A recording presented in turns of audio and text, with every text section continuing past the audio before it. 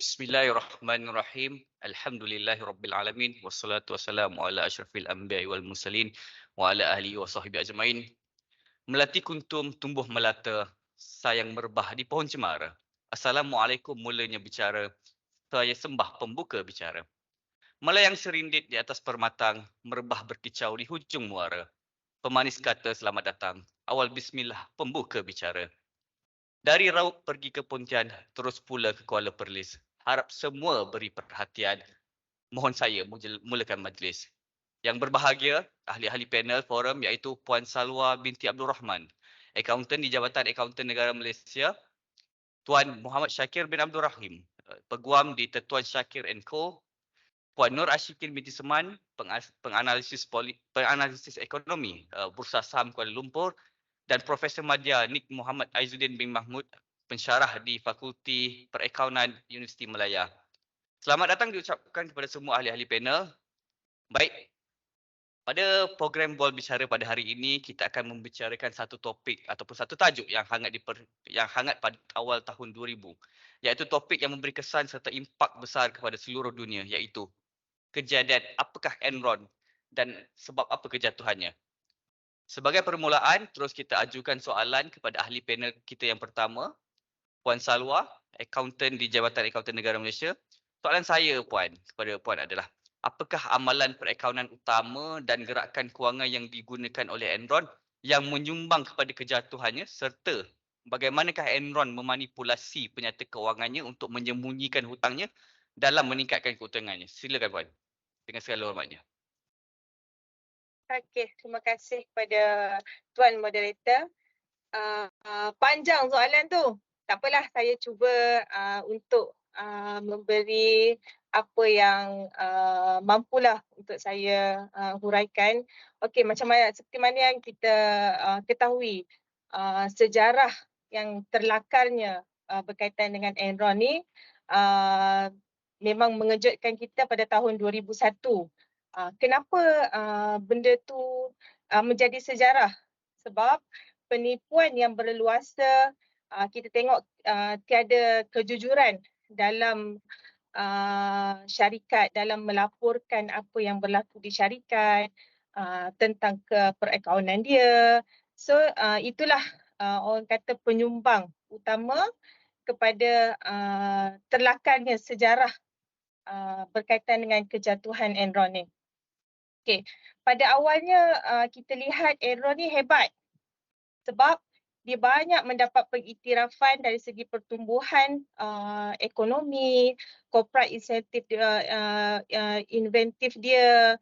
Dia banyak perjanjian-perjanjian tenaga yang dia buat dalam yang dilihat agak ketara lah dalam urusan-urusan kewangan dia. Tapi di samping dia dilihat begitu mantap, dia mengguna pakai kelebihan itu untuk menutup segala yang dilihat hebat tu.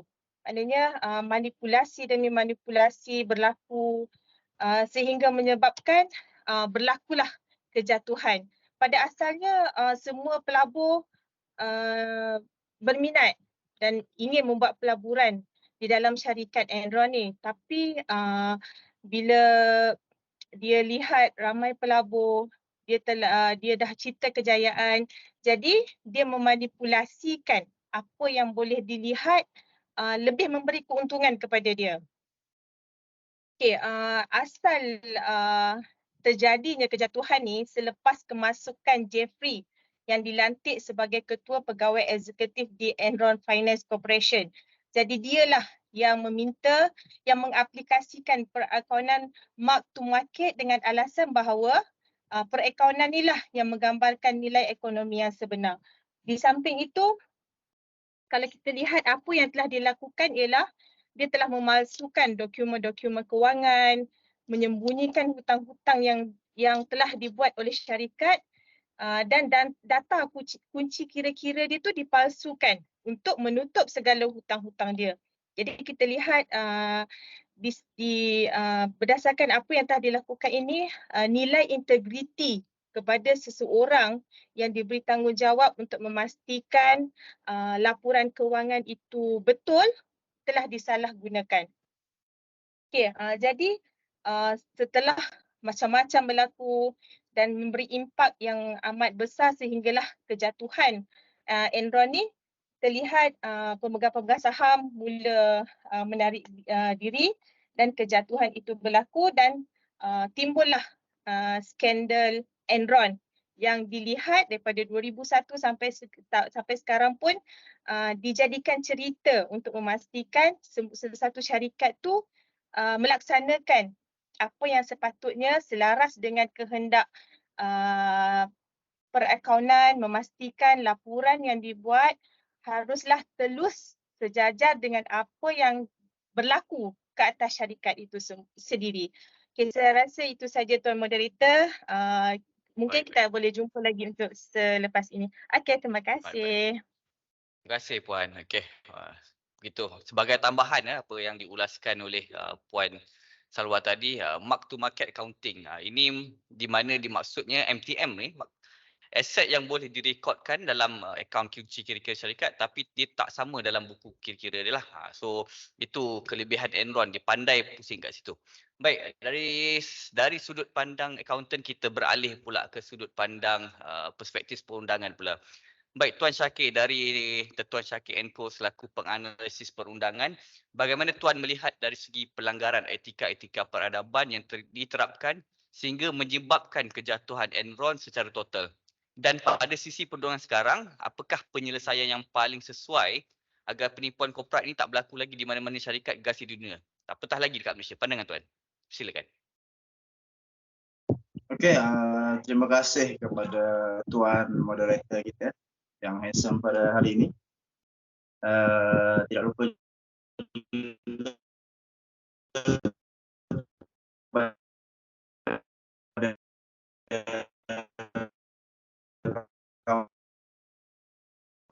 kawan-kawan ahli panel yang tidak beretika, yang terkenal yang akhirnya membawa kepada kejatuhannya sendiri. Okey, sebagai pakar undang-undang, saya akan membimbing anda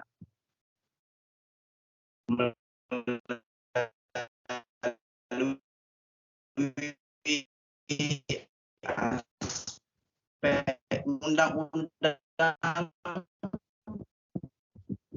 kisah yang memikat. Pertama sekali, apakah pelanggaran etika utama yang dilakukan oleh Enron dalam keadilan? Enron ini terlibat dalam rangkaian amalan tidak beretika. Okey, sekarang bagaimana sistem perundangan menangani kesalahan ini? Ia adalah satu tugas yang agak mencabar. Dalam kes Enron ni adalah sangat rumit dan memerlukan banyak usaha untuk mendedahkan kebenaran. Okey, siasatan dan pendakwaan seterusnya melibatkan pelbagai agensi termasuk SEC iaitu Suruhanjaya Sekuriti dan Bursa dan DOJ Jabatan Kehakiman. Dia mendakwa individu yang bertanggungjawab atas kejatuhan Enron bukanlah sesuatu yang mudah. Sistem perundangan menghadapi halangan seperti membongkar transaksi kewangan yang kompleks dan membuktikannya. Walau bagaimanapun, walaupun menghadapi cabaran, ramai tokoh penting di Enron telah dipertanggungjawabkan hukuman penjara. Tetapi cerita itu tidak berakhir di sana. Kejatuhan Enron mencetuskan perubahan ketara lah dalam landscape undang-undang. Ia mendorong kepada pemeriksaan yang lebih dekat terhadap takbir urus korporat dan accountability. Satu hasil penting ialah penggubalan akta yang memperkenalkan peraturan yang lebih ketat untuk pelaporan kewangan dan mengenakan penalti yang lebih berat untuk golongan ataupun amalan tidak beretika Enron juga menekankan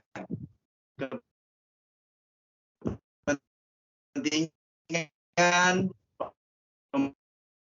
memberi maklumat dan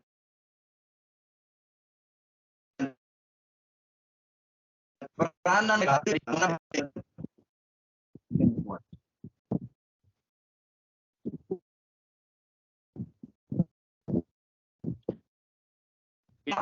termasuk perakaunan penipuan, perdagangan orang dalam dan halangan keadilan. Ia mempamerkan kerumitan yang dihadapi oleh sistem perundangan dalam membongkar dan mendakwa jenayah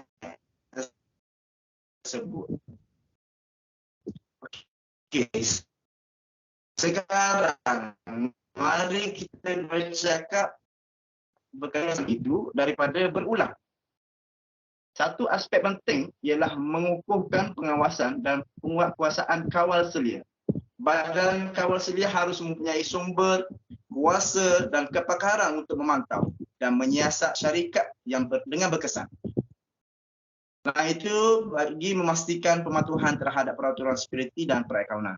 Satu lagi penyesuaian untuk utamalah terletak pada menggalakkan budaya ketulusan dan accountability.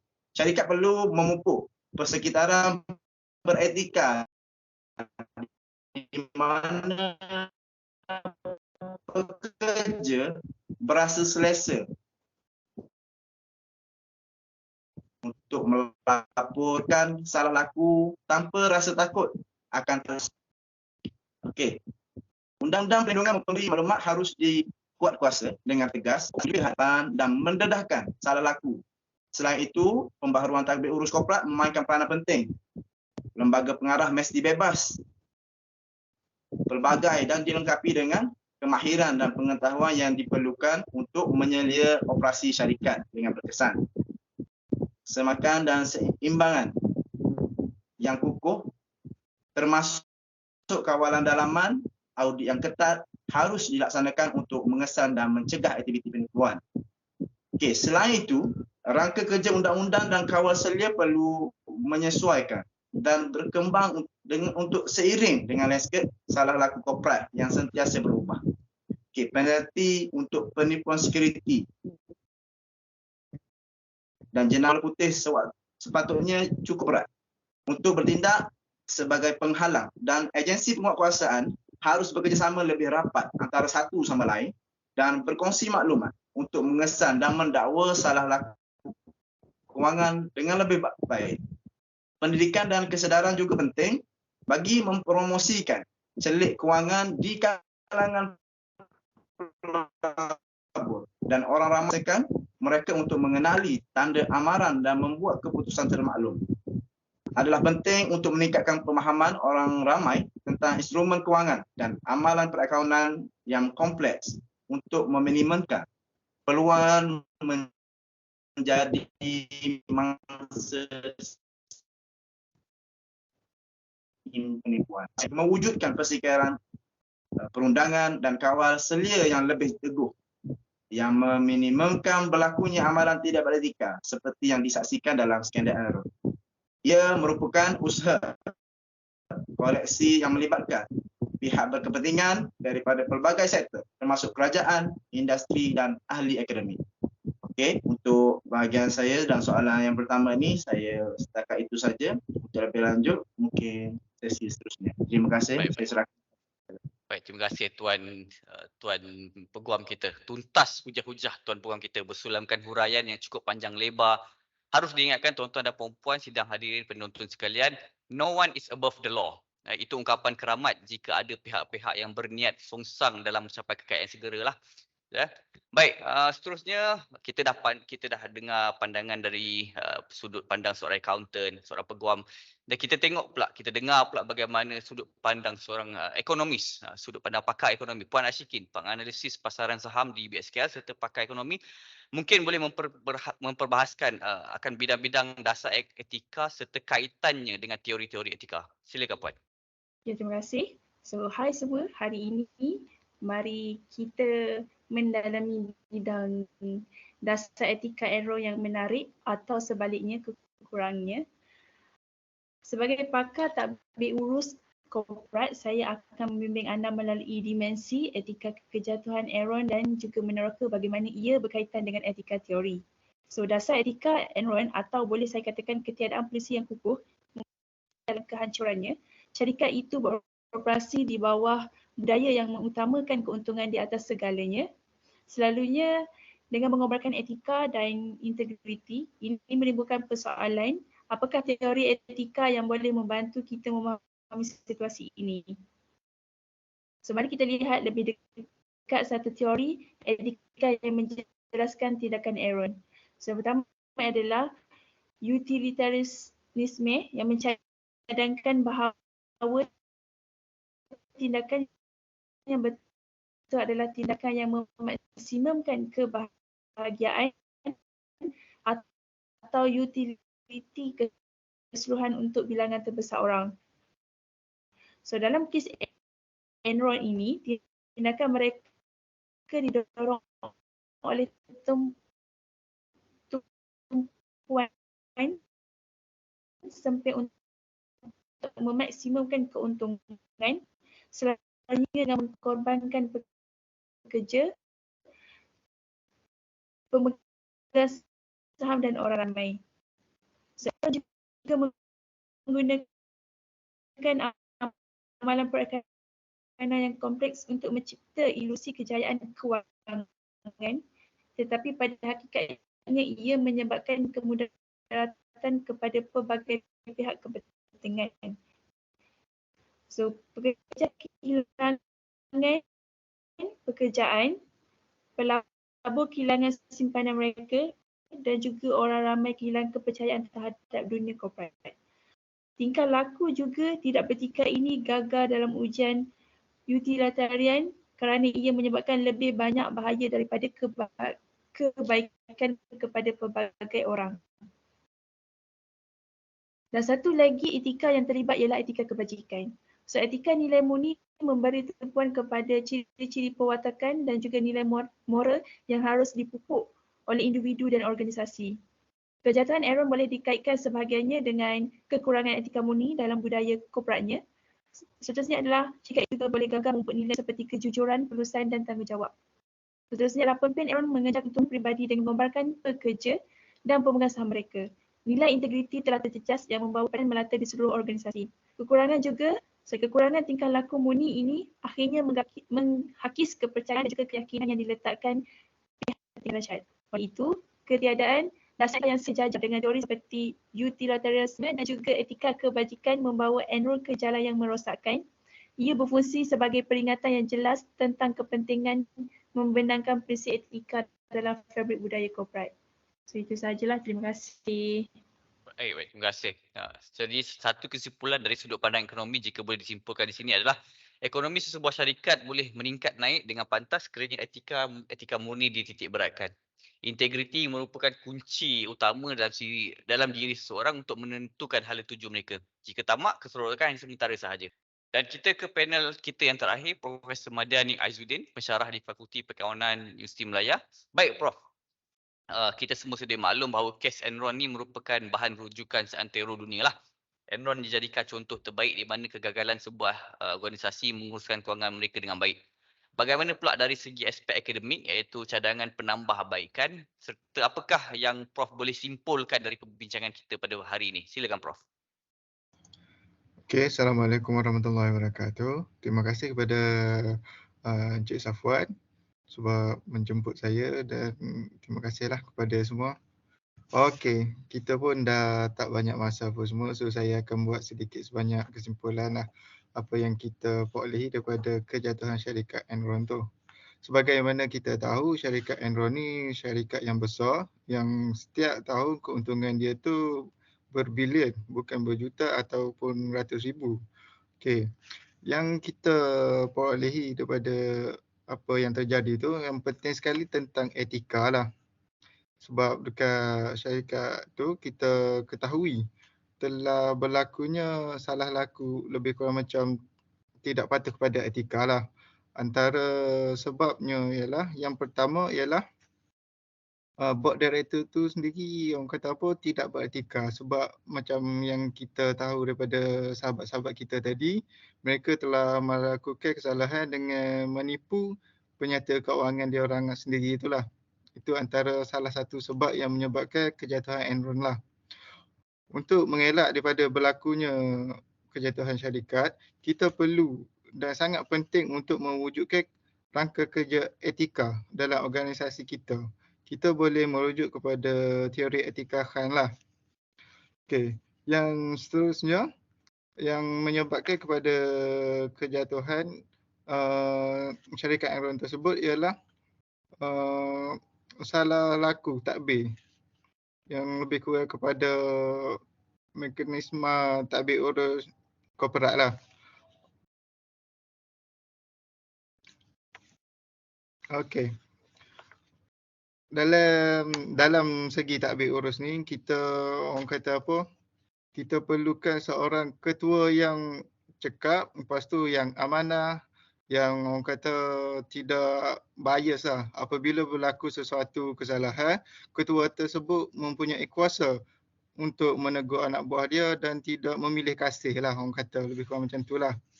So yang seterusnya, ketua perlulah melakukan atau orang kata apa, memberi layanan yang adil kepada staf dia orang semua.